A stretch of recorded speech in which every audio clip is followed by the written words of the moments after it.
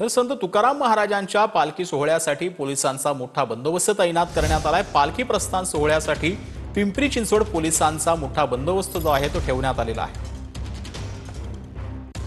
संत तुकाराम महाराजांच्या पालखी प्रस्थान सोहळ्यासाठी पिंपरी चिंचवड पोलिसांकडून जो आहे तो आता तगडा पोलीस बंदोबस्त जो आहे तो या ठिकाणी लावण्यात आलेला आहे। आपण पाहू शकतो 900 पेक्षा अधिक पोलीस अधिकारी असतील किंवा पोलीस कर्मचारी असतील यांची तुकडी जी आहे ती आता या प्रस्थान सोहळ्यासाठी पोलीस बंदोबस्ताचं काम जे आहे ते या ठिकाणी करणार आहे। याच संदर्भात बोलण्यासाठी आपल्यासोबत पोलीस उपायुक्त विशाल गायकवाड आहेत। सर, काय सांगाल, कशा प्रकारे पोलीस बंदोबस्त जो आहे तो या ठिकाणी लावण्यात आला आहे? 900 पेक्षा अधिक पोलीस या ठिकाणी तैनात करण्यात आले आहेत।